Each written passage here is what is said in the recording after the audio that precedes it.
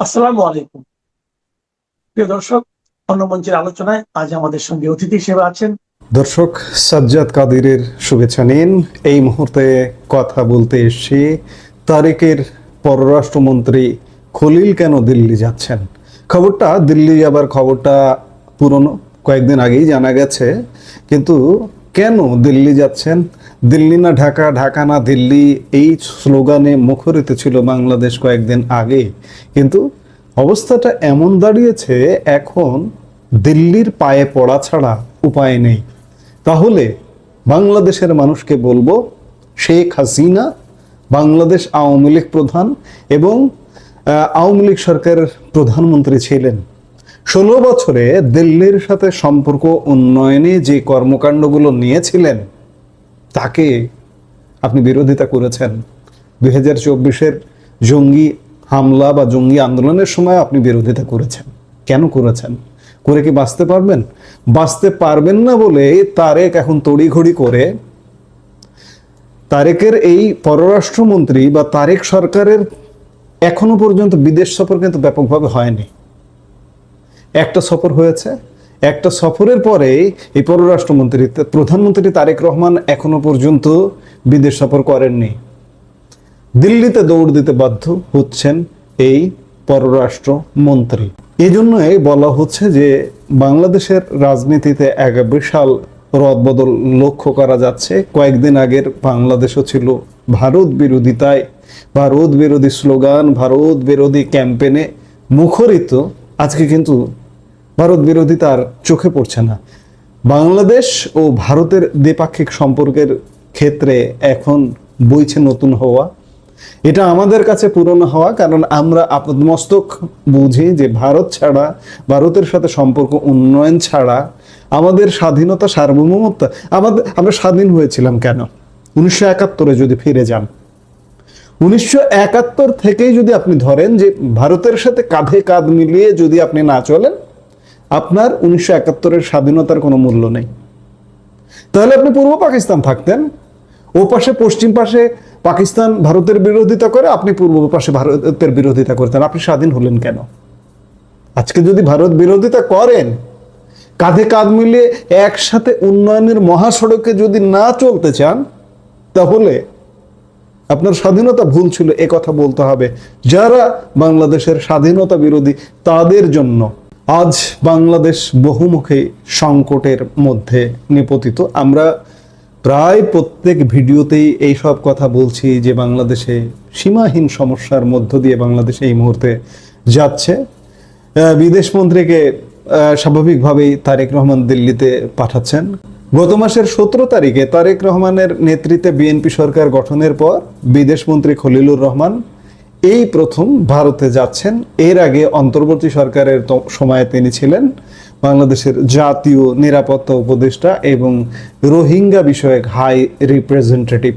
সে সময়ও এই খলিলুর রহমান ভারত সফর করেছিলেন। এবং খলিলুর রহমান আসলে ইউনূস সরকারের সময়ে থেকেই, ইউনূস সরকারের মধ্য থেকেই একজন চরম বিতর্কিত মানুষ ছিলেন। তাকে নিয়ে বিএনপি পর্যন্ত বিতর্ক তৈরি করেছে, কিন্তু তাকে আবার বিএনপি কোলে তুলে নিয়েছে। এখন কেন নিয়েছে এটা বিএনপি ভালো বলতে পারবে। বাংলাদেশের বিদেশমন্ত্রী খলিলুর রহমানকে ভারতে পাঠাচ্ছেন প্রধানমন্ত্রী তারেক রহমান।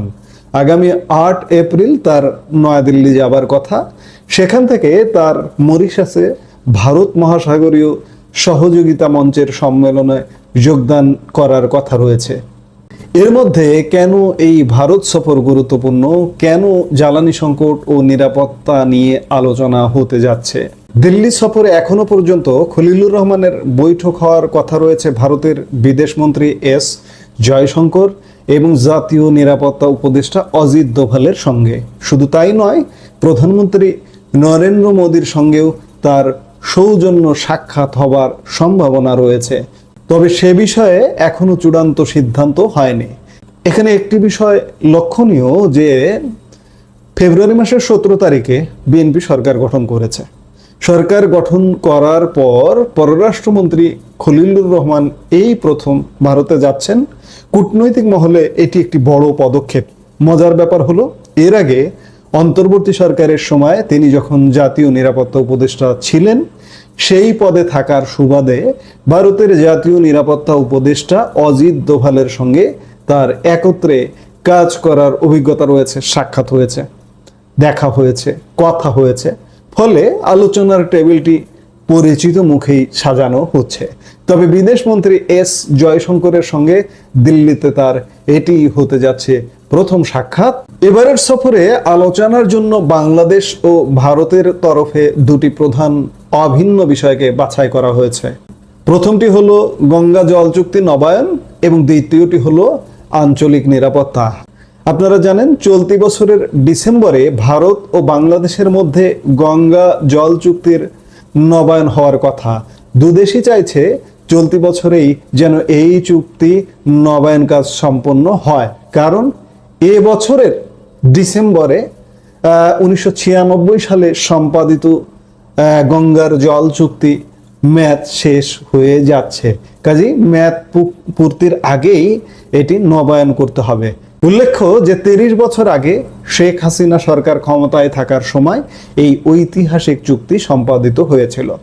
এখন তারেক রহমানের নেতৃত্বাধীন বিএনপি সরকার এই চুক্তিতে বাড়তি কোনো জল নিয়ে দরবার বা বিতর্ক করবে বলে মনে করছে না দিল্লি। ইতিমধ্যে দুদেশের কর্মকর্তা পর্যায়ের একাধিক বৈঠক হয়েছে। সেসব বৈঠকে ঢাকার তরফে তেমনটাই আভাস পাওয়া গেছে, অর্থাৎ দুই দেশই একটি সমঝোতামূলক অবস্থানে থাকতে চায়। অন্যদিকে ভারতীয় যে বিষয়টি বাংলাদেশের বিদেশমন্ত্রীর সফরে সবচেয়ে গুরুত্ব পাবে তা হলো আঞ্চলিক নিরাপত্তা। বিচ্ছিন্নতাবাদী এবং জঙ্গি সংগঠনগুলো যাতে এক দেশের ভূমি অপর দেশের বিরুদ্ধে ব্যবহার করতে না পারে, সেই ব্যাপারে নতুন সরকারের সঙ্গে প্রথম থেকেই একটি শক্তপোক্ত বোঝাপড়া গড়ে তুলতে আগ্রহী ভারত।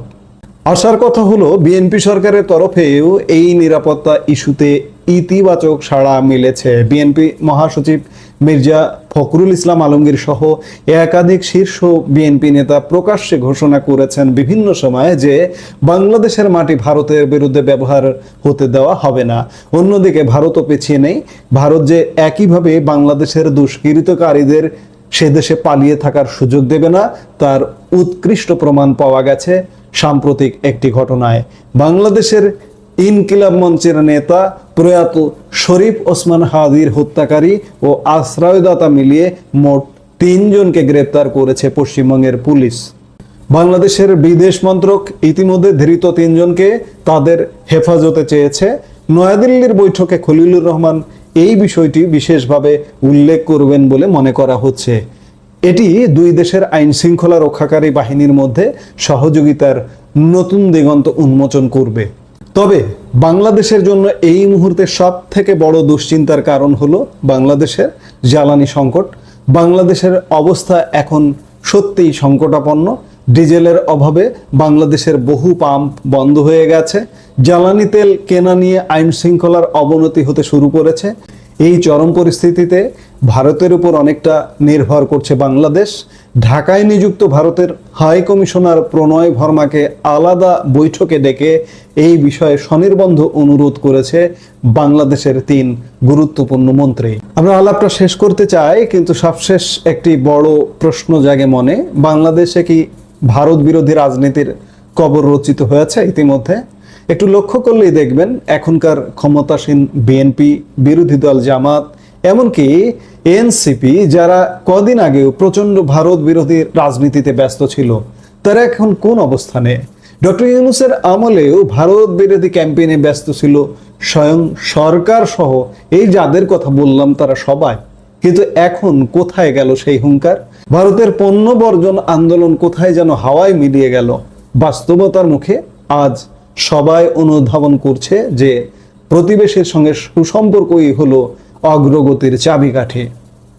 আর আজকে জামাত, বিএনপি, জঙ্গি গোষ্ঠী যেটা বুঝছেন, বুঝতে পেরে চুপ আছেন, নীরব আছেন।